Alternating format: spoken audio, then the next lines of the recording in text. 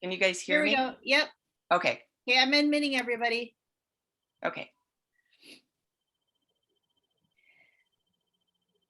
Good morning, everyone. Good morning. Morning. Good morning.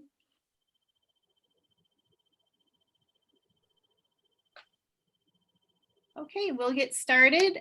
Today we have our topic is marketing, planning, and budgeting for small businesses. I am Heather Kelly. I am a marketing consultant with the Illinois Small Business Development Center at Rockford Chamber. First, I'll start off by introducing my colleagues on the call. First is Edward Caceres. He's our director. Then we have Mike Mastriani.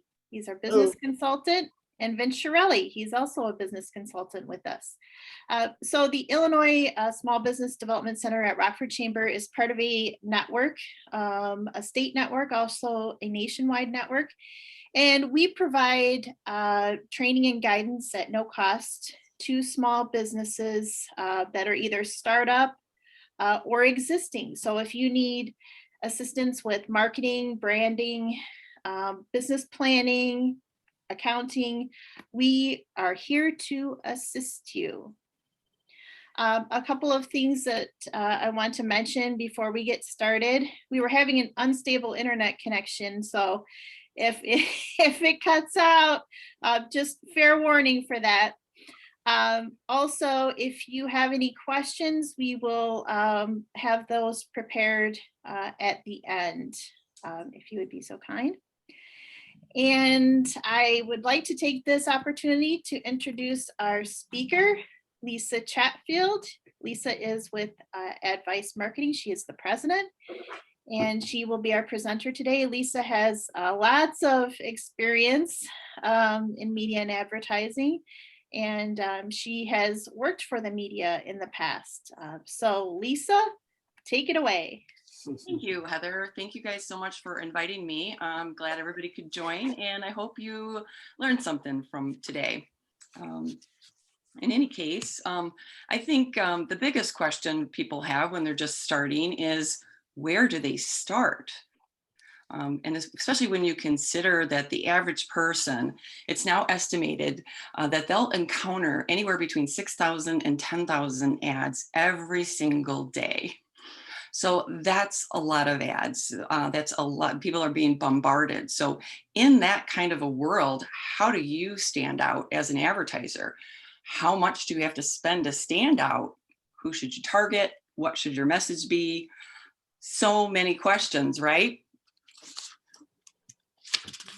So I think this is interesting too, that I looked up some stats, and according to Search Engine Journal, they estimated that over 50% of small businesses don't have a marketing plan. The same study also revealed that 86% of those respondents want to focus more on other business activities instead of marketing. And then another interesting statistic from the Bureau of Labor Statistics is approximately 20% of small businesses will fail within the first year, 30% by the end of the second year, the end of the fifth year, about half, and by the end of a decade, only 30% of businesses will remain. So I didn't put this slide in here to be, big and scary, and certainly want to encourage everyone in their efforts.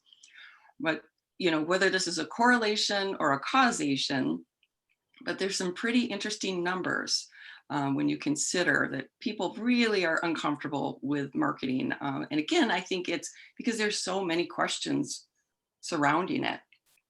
So, in any case, where do we start? People have all different kinds of ways that they develop their marketing plan, and their budgets too, for that matter. I've been able to develop a way through a lot of different training that works for us, and it's worked for a number of different clients. It's part of a bigger process, but what I'm hoping is that I can teach you this today so that it'll help get you started on the right track. And so you essentially want to ask yourself, what do you want to have happen as a result of your marketing? I know that might sound really simplistic, kind of starting out. You want customers. obviously, but we really want to drill down deeper than that, to really kind of get into how we can formulate what we're going to call your marketing objective. So the marketing objective is essentially a statement that we're going to formulate into a question, but it's going to describe the who, what, when, where, and how of what you want to have happen as a result of your marketing. It's also a statement that answers the question, what are you trying to make happen? And then a well-defined marketing objective is going to help you to determine your audience target, your creative messaging, and potentially which advertising media to utilize. So you can find out a number of things by developing this marketing objective. An easy way to remember how to formulate your marketing objective is by using the acronym TOPS.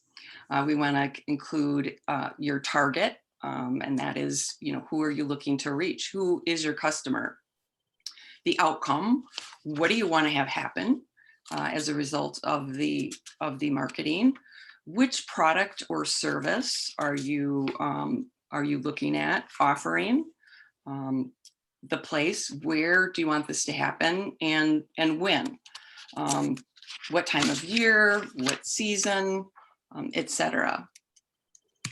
So to drill down a little further and give you kind of an example of what this might look like,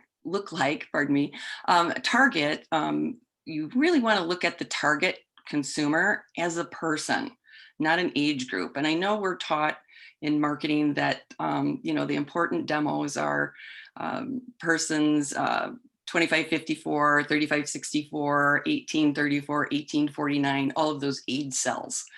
But with this, we want to get really specific. And if we can drill down into an average age of your ideal customer for this product or service, and what their lifestyle is, we can really formulate a powerful marketing objective.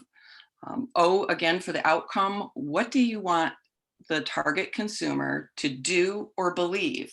You either want them to buy something, sign up, fill out a form, etc. So what is that goal that you want to have them accomplish? Or is it something that you want them to believe? It could be that you want them to believe certain things about your brand and your company. P is for the product or service. So for this example, I'm using a target of moms with small children. And so in the example, we want to get moms with small children. We want them to sign their children up for a day camp. So the day camp is the product or service. The outcome is we want them to sign up for it, which would be a purchase. And then our target obviously is the moms with small children. And so the place, well, it's in Rockford, Illinois. It can be a grocery store. This can be, any kind of a location. It can be a region, a city, state, etc. And then finally, season, when do you want this to happen? So in our example, we want to get moms of small children to sign them up for day camp in Rockford, Illinois this summer in 2021. So that's pretty defined. So now we want to turn our marketing objective into a question. And we do this because then we look at it as if it's a problem that we want to come up with some solutions for. And Einstein, a famous quote did say, a problem well stated is half solved. So in this example, we use in what ways might we? And so I always start out with a client with their marketing objective, and we always put in what ways might we, followed by the marketing objective. Get a mom of small children to sign them up for day camp this summer in Rockford, Illinois. Now, the reason we ask in what ways might we is because we're going to do a few things. One of them is to suspend judgment. So it might be that it's an idea that might not work, but we don't want to put any judgment.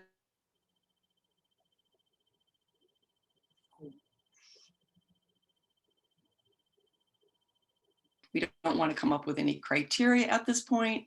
We really want to generate a long list of ideas from this question. The other thing we can do is say, this day camp is kind of pricey. So we really maybe should put a household income level attached to our target. So we can kind of do those things as well to further define and target individuals. We could also put some lifestyle things in there. Maybe it's, preschool children. We can further define the small children. But for this case, we're leaving a little broad. We've got a summer day camp in Rockford, Illinois, that is for children 12 and under 12, for example. So we're going to call them smaller children. So when we consider the marketing objective with the ways that we might accomplish the goal, we want to consider first to think about your target person, the mom of the small children, who has a household income of $75,000 and above, living in Rockford, Illinois. And the main questions we really want to ask is, where is she? What's she watching? Is she watching TV? What's she listening to? What's she paying attention to? What are her habits, her concerns? What makes her feel safe and content and happy? And then finally, how would she benefit from the day camp? What would that bring to her life? As you can see, as we're asking these questions, some of you probably already might be thinking of where you might find a mom with small children under 12. And so that's exactly how it starts. Now that we've been able to formulate this in a way we can ask ourselves a question as if it's a problem that we need to come up with solutions for, we're ready to start idea generation. Again, a problem well stated is half solved. So here's where we are able to generate from our marketing objective. We can create some custom ideas that are really going to resonate with your target, because you're really going to get into her psyche and really talk about and discover what it is that's going to make her feel extremely connected to you and your brand, the product and or service. So you essentially want your target to feel like you're speaking directly to them, because you are. So you've seen a good television ad when you feel like you are the target. They're hearing your exact concerns. And then what you want to do is you want to create a long list of ideas, again, that might solve the problem and accomplish the marketed objective. So you're going to want to suspend judgment, write down all ideas. Now you can do this in a in a small brainstorming group. You can do this in a forum. You can do this with employees. You can do this with a marketing company, or you can do this on your own. It's best to do it with a few other people and invite them to share their ideas as well. And no hierarchy, write every idea down and capture everything. And you want to make as long of a list of ideas on how that marketing objective might be able to be accomplished. And it can include all types of media. It can include none. It can just be the idea. We're not sure where it would work best. So after you get this long list of ideas that might accomplish your marketing objective, this is when you're going to apply criteria. So you want to, and these are things, every morning when we get up, we're making these decisions, and they could be small decisions, big decisions, but we attach criteria. Say, for example, if I'm getting up and I'm going out to work, if it's raining, I'm going to wear a raincoat. I might wear some boots if it's snowing, those different kind of things. So based on a certain set of criteria, what we will or won't do, or these would be your non-negotiables kinds of things. So Well, whatever we do, it must cost no more than blank. And we're going to get to some budgeting concerns in a minute, but here's where you would potentially tie your budget in to that. Whatever we do, it must have an online component. I mean, that's super important, and you really want to show up your website. And you've got a form fill where people can sign up and pay right there. Um, uh, Another example would be whatever we do, it has to be able to be launched in 3 weeks. Maybe there's a short time frame. So, not all ideas are going to work, but for the purpose of generating a long list of ideas, you really want to just save this criteria till later, because you want to open up that creative flow. So we'll do brainstorming sessions. Often I'll bring in little jars of Play-Doh, some of those little pipe straws, I forget what you call them, pipe cleaners, and all of those kinds of things, just to kind of get the creative juices flowing. And then once you've established your criteria, then you can discard or set aside all the ideas that don't meet that set of criteria. And then you can go about the business of selecting the idea that you think is the best one and makes the most sense for you to start with. You can also combine ideas. There might be a couple of ideas that really go together. You could also combine this with another objective. You could say this really nicely dovetails with something else that's risky, but it can be done. You may, in this, it usually is best ahead of time, maybe, to decide who's going to be the person making the final decision. Maybe it's the owner of the company, and that just is spelled out that that's going to be one of your criteria, that the owner of the company, me, has to sign off on it. In any case, so getting into media planning. So we have our marketing objective, and we have a long list of ideas, and we've got our ideas selected that we really like the best. Now it's time to take a look at where are we going to put our message out. And it might be contained right in the idea itself too. That's certainly plausible. But if not, I mean, we do want to kind of look at everything and weigh where this solution would best live and where it would best be promoted.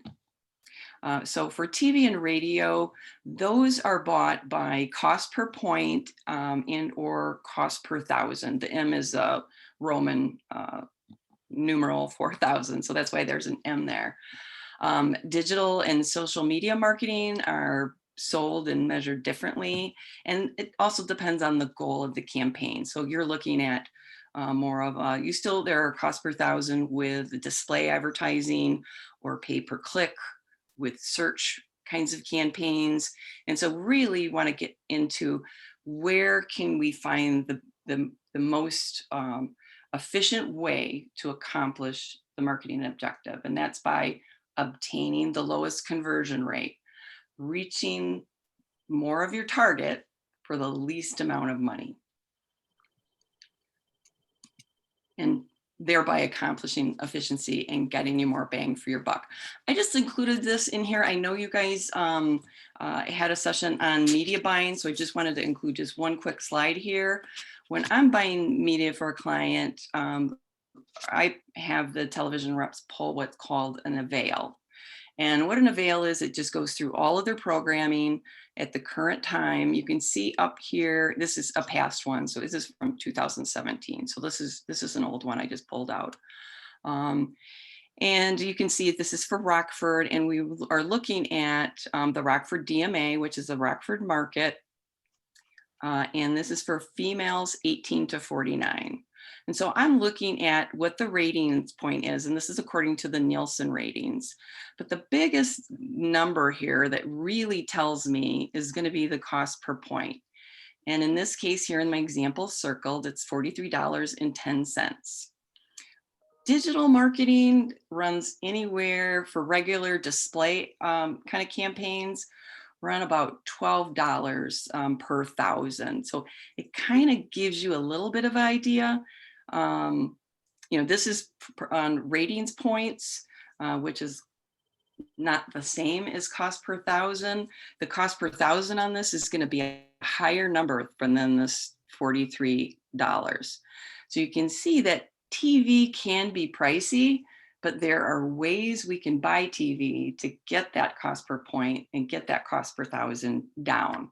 And the way we do that is through negotiation. So determining your annual budget. This is a really, really tough one. The reason is because this stuff is really all over the place. People determine their marketing budget in all different sorts of ways. It can be done based on a percentage of what your total budget is. It can be done on a percentage of your gross revenue. It can be according to your revenue goals. So I mean, there's a lot to consider. A lot of it can depend on what your overhead costs are. Maybe there's no way starting out that it can be as high as 4% of your total budget. And that's the case many times as a new business and small businesses. We're looking at scaling and how we can scale. And that's really the biggest reason I wanted to show you how to formulate a marketing objective on your own, because that's a way that you can start small. You can start in one area with one objective, and that can be something that's small. It can be a particular product or service. Maybe it's your number one revenue stream that you really want to get out there and start building some growth with. And then you can come back after you do that in 6 months and start another marketing objective while you still keep the first one going. And so that allows a business to scale and start in an area that and start small, kind of dip your toe in the water. Making these investments can be really scary. It's a lot of money, although it is an investment and it's necessary. Scaling allows you to have a comfort level associated with it and to have a little success that you can build on. Common mistakes. I also felt that this was really important to show you guys because we see this a lot. The biggest one is not having a plan. You really, just with anything, if your goal is to go on vacation out to California for 2 weeks, if you don't have a roadmap and you don't know where you're going, you're just going to get in the car and wing it, you're probably going to have some problems. There are going to be some bumps in the road. Having a plan, having that roadmap is going to allow you to have a direction, have a course. You're going to be able to see what kind of time you're making. You're going to be able to measure your results. Did we get farther today than we got yesterday, etc. So having a plan is vital. Attempting to be everywhere or thinking that everyone is their customer. This is simply not true. We may want everyone to be our customer, but there is a pretty defined persona that is going to be attracted to your product or service, or maybe a few different personas.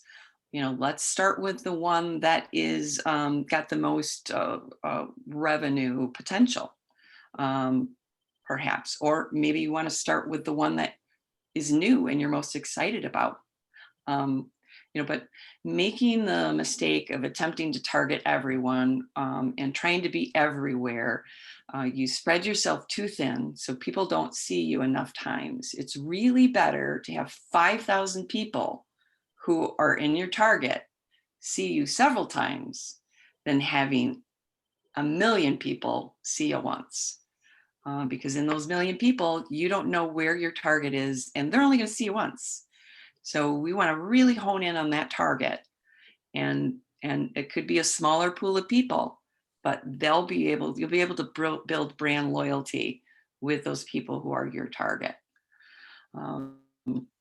Not running an effective schedule that has proven to be successful. I've seen ad schedules on radio, TV, where there's a spot one spot every day.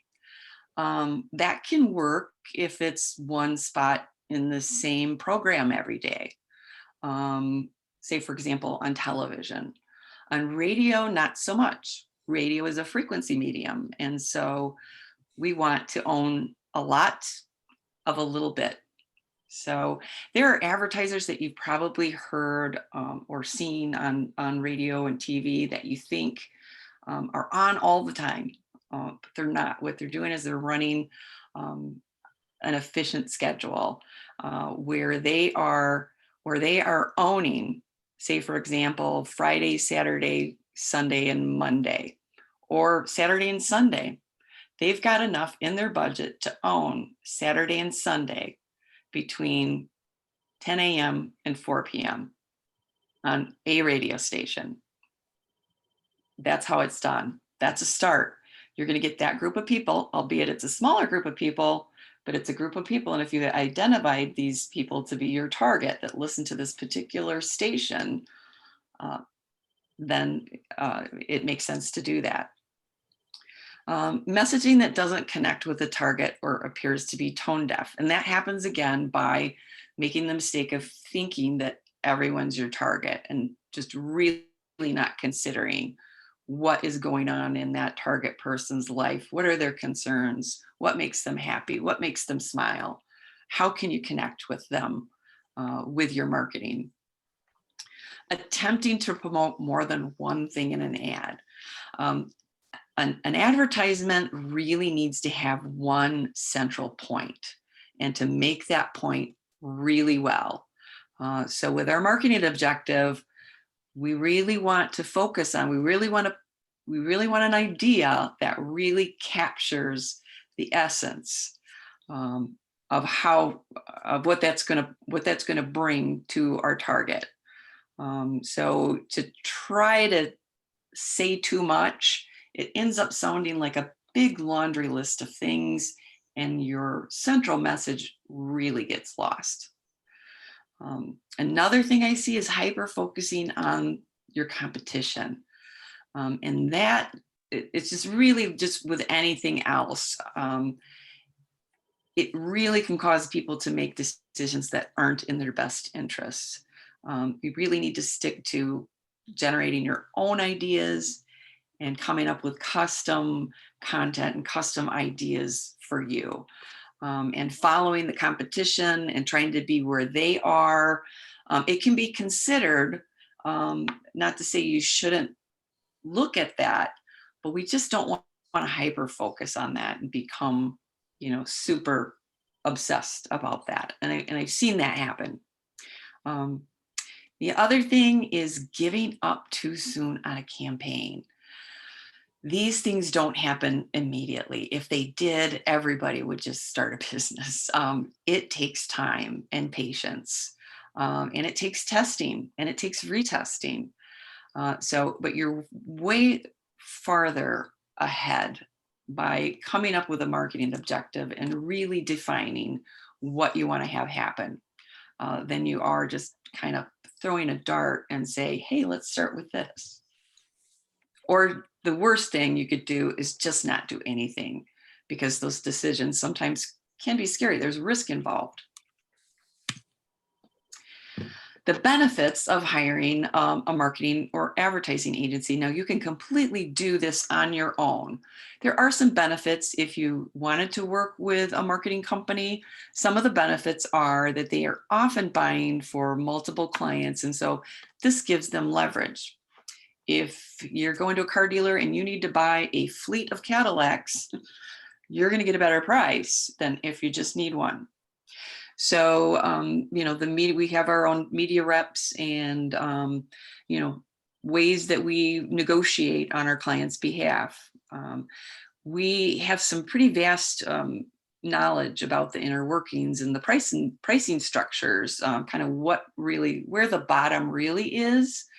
A lot of us have worked inside media companies and been in management position, and I used to set the rates at the radio station. So we have a really great understanding of how all this works, and we can tell by looking at a proposal of whether it's a good one or not, or a schedule, etc. So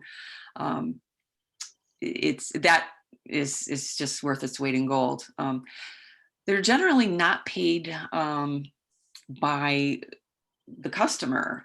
Agencies are given a 15% discount from the media companies that's realized as revenue. So essentially what happens is we purchase the media, we send over an order, the advertising runs, we bill the client for the entire amount, the client pays us, we pay the media company back less 15%.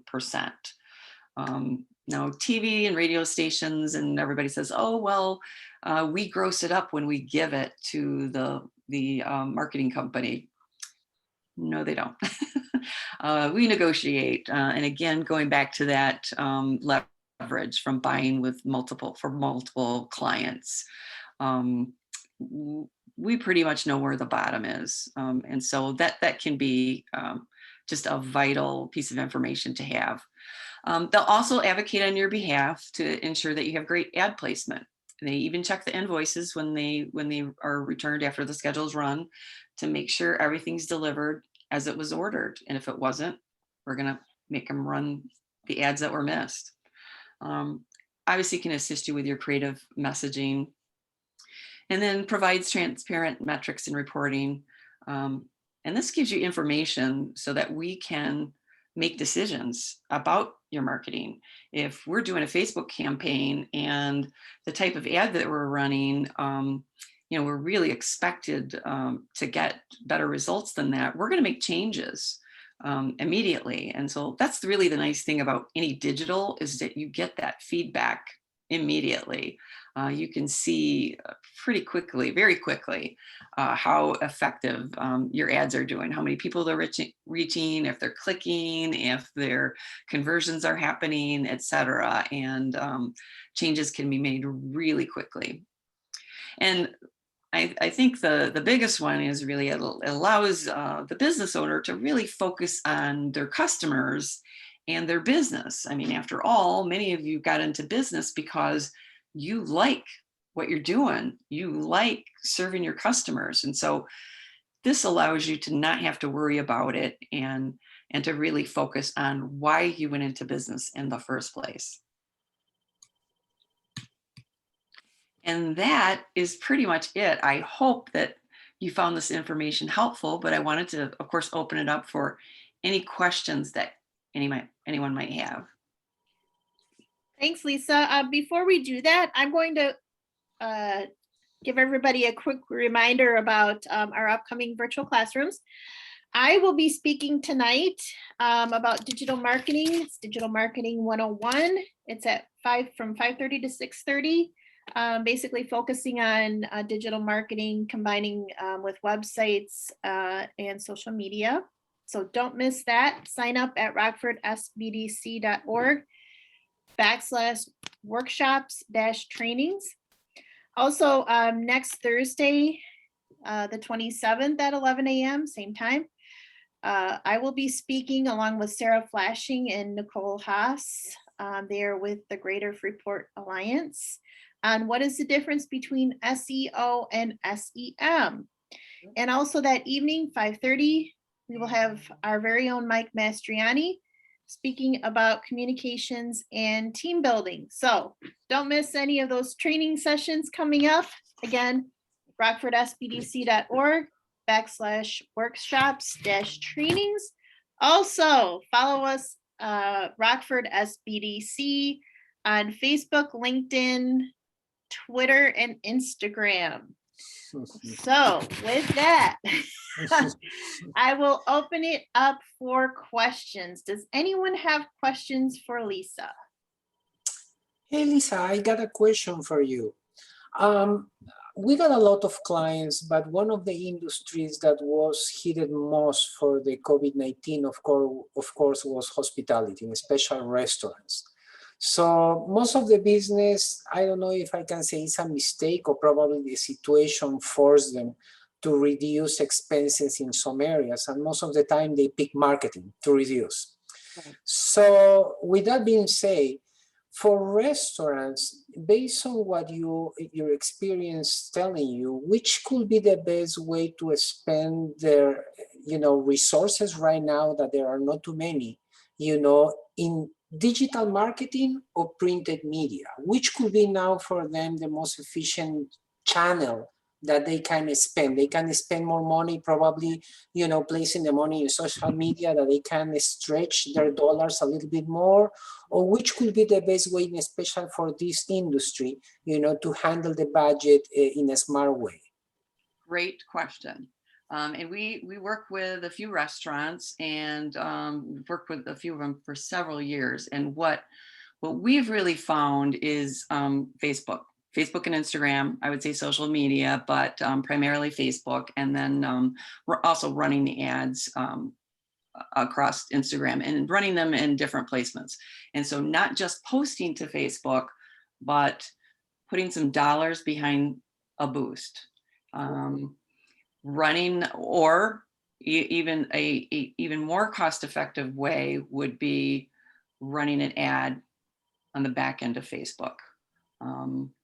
That is, when you do ads in Ads Manager, it opens up more tools and more targeting ability. So you can really kind of hone in on, people that would, again, most likely be your customer. What type of restaurant is this? Is it a certain kind of cuisine? Are we talking about, is it a steakhouse? Is it more of a tapas kind of thing where they serve, kind of drinks that women would like, kind of thing. So really being able to, again, define that target, and there might be a couple of targets. Say we're gonna, the best way though, I think with restaurants is a broad, wide target, because we all need to eat 3 times a day. So that's one really great thing about being in the hospitality business or owning a restaurant, is that your product, everyone needs it. So this is not something that is a specific niche kind of a thing.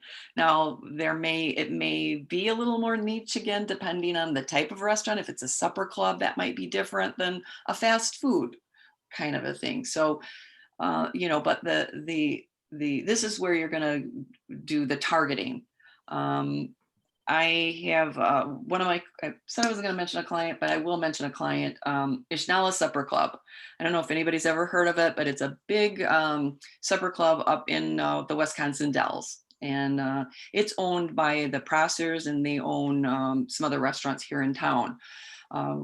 But with that, I mean, we're able to run ads.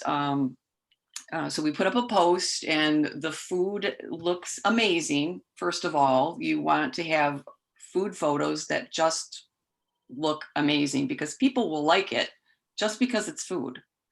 I mean, I put up a photo of this gigantic Bloody Mary with shrimp and all kinds of stuff in it on a Sunday morning, and it'll just go through the roof. Everybody will like. So if you're in the pet industry or the hospitality industry, those are really easy businesses to market on social media. They easily get likes. So we were able to grow that Ishnala page from 1,200 page likes.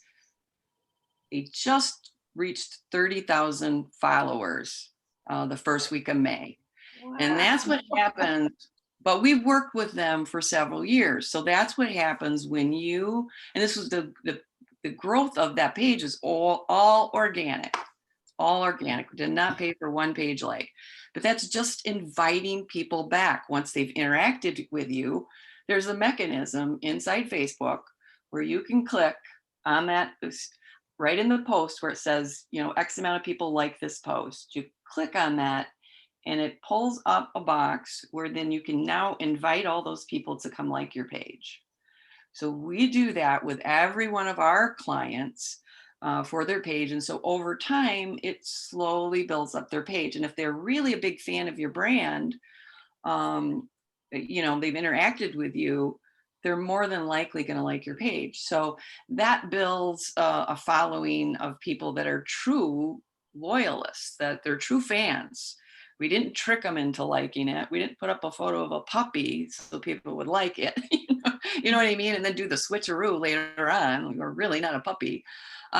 So there are things like that that you can do. And Facebook and Instagram are marvelous marketing tools to start with. I would recommend, if you are not doing Facebook, if you're not boosting posts, start, even $5 a post, because without boosting posts, it's pretty much like you have a megaphone, but you're out in the middle of a cornfield where no one can hear you.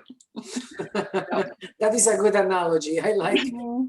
Right. So you want to, by putting the dollars behind it, and it allows you to say, okay, I want this post to be shown to these types of people, your target in Rockford, Illinois, or whatever, wherever it is. It allows you to drill down into that. So it's beautiful. So you don't have to pay to talk to anyone who's not your target, like you do on TV or radio with any mass media.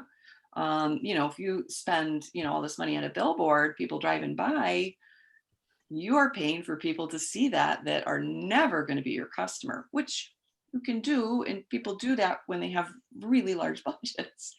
But when you have really small budgets and you're starting, we really need to look at things like Facebook, Instagram, TikTok.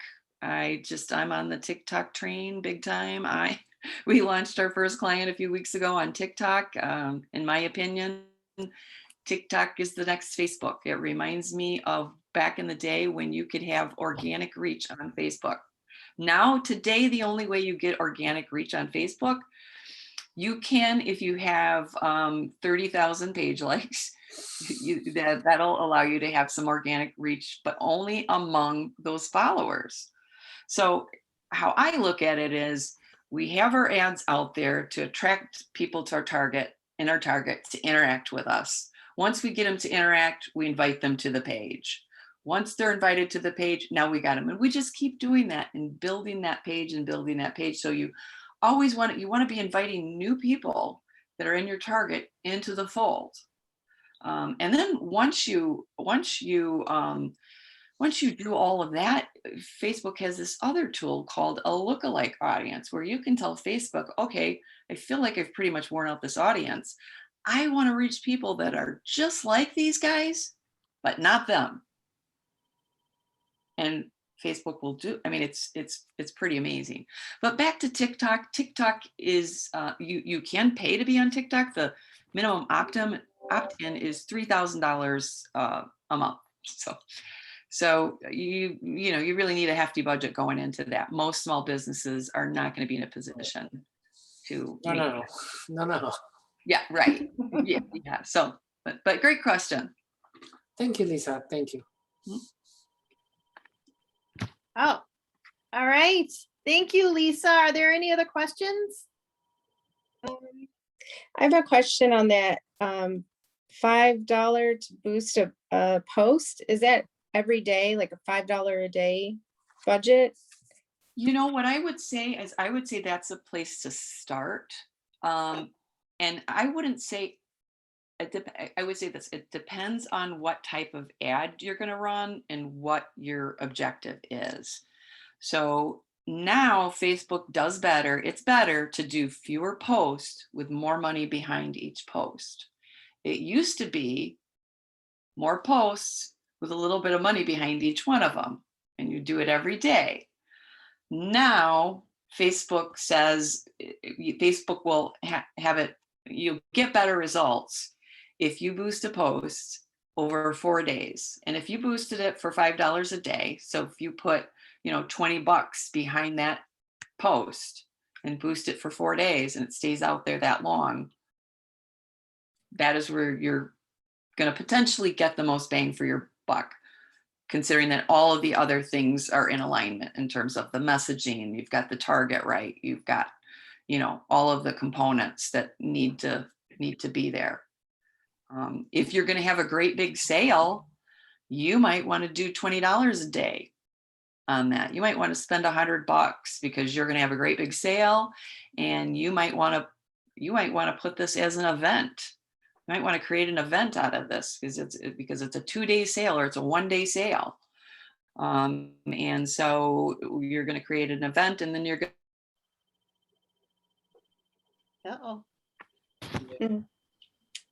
Something happened there. Yeah. Yeah, probably. I'm glad we got through it this far. Yeah. She had some technical issues early on, so hopefully, Oh, there we go. Lisa, we just got you back. Oh, I'm so sorry. You froze up there for a little bit. I am so sorry. Yeah, of course, while I'm presenting, the internet's a little flaky. I'm not sure how much of that you heard, but the other thing I want to put out there is if anybody would want to call me just to ask me a question, I'm happy to talk to you, and you don't have to do any type of business with me or anything like that. If you've attended this and you'd like to ask a question, my phone number is right up here. That's my cell number. I'll answer it, and I'll spend some time, going over what I found has worked for our clients. Okay, I don't see, where is your number? Is it in the email or? The last page. It's right up here on the screen. But I'll read it aloud. It's 815 Uh-huh. 222 5686. 5686. Okay, and then I was going to ask you too about TikTok. I make a lot of videos on TikTok, but I look at them like little mini commercials, and then I'll put them from TikTok onto other social media things. But were you saying you have to spend $3,000 to advertise on TikTok? Yes. That anyone who advertises, that's what they spend a month? Correct. 3? Oh my God. That's why you only see brands doing it. That's why you only see major brands. You don't see really too many mom and pop kind of local businesses on TikTok. But you see Taco Bell, Pepsi, McDonald's, things like that is what I'll see. I haven't really seen. Everything else is organic, of like what you're doing, going on and making TikTok videos. Okay. Yeah, I noticed on Instagram, the reels, I seem to get more views sometimes on the reels than on just the post or something. Yes. Well, it's more content. So, I mean, you're engaging. There's more that to attract different people. So. Okay. Yeah, I guess with the Facebook, I probably will call you because it's just so confusing. There's so many different things, and I don't know, like I just kind of get stuck on that, and I haven't really, I mean, I did a little bit with Pinterest, but it didn't get me any sales. So then I was reluctant to, I had a lot of monthly viewers and everything on my Pinterest, but I didn't get any sales from it. So I thought, well, maybe that one's not good, but do you have the Facebook Pixel installed? I don't know what is Facebook Pixel. Okay, Facebook has the Facebook Pixel is essentially a code snippet, and what we do is we put the Facebook Pixel on our clients' every page of their website, and so we can track different things. We can retarget those audience. We can set up attribution reporting, all kinds of things. So then that way you can see where things are coming from, and then you can retarget those people later. So this is where you see the ads, the kinds of ads. If you've been looking at, say, area rugs, or maybe you want a new coffee table. And so you've been looking at some websites, and then you get on Facebook, and all of a sudden you see all these ads for area rugs start coming across your news feed. It's because they have the Facebook Pixel installed on their website, and that is one. And then the other is because if you've given Facebook permission to track your searching around too. So anybody that has an interest in those things, because we're liking different things and giving Facebook information, Facebook and Instagram information about ourselves all the time by just what we pay attention to. Okay. Well, I guess I need to start getting more into these ads. I'm just afraid because I don't know what I'm doing and I feel like I don't know. Facebook, you know what, it's not you. Facebook has become highly complex. When it first started, it was simple, but now with business manager and Mhm. every business having to have a business manager, and how they want you to have your assets underneath that business manager and ads manager and Yeah, there's so the many things. reporting. It's Yeah. very complicated. It's very Yeah. complicated. So it's not you. It's some complicated stuff nowadays. So it takes a lot to learn Yeah. all that. Right. The biggest ad I placed was actually for this golf product that I have, and it's Mhm. in the Atwood, and they're the little scorecard at Mm. the end. There's an ad. Mhm. So I guess it's kind of the beginning of the season, so I don't know. So far I haven't got any business from it, but I guess I'll just have to see how it goes. But that was like $400 or something. So I never put that much in advertising. So I'm just wondering, okay, is it gonna work? I'll know if I get any sales, probably, Right. if it's from that. Right. But Right. I would invite Mhm. you, to call me, because I think we could probably have a half-hour conversation and Mhm. probably help give you some suggestions. Okay. All right. Thank you. I'd be happy to do that. Great. Thanks. Thank you, Lisa. Of course. Thank Lots you. of great information. It sounds like everybody learned quite a bit from your presentation. So thank you very much. Thank you, guys. Thank you, everybody, for joining us. Remember our next virtual classrooms coming up, and have a great weekend. Thanks, everybody. Thank you, you. Lisa. Thank you, Heather. Thanks, Thank you. Lisa. Thank you, guys. Thanks, very much. Edward.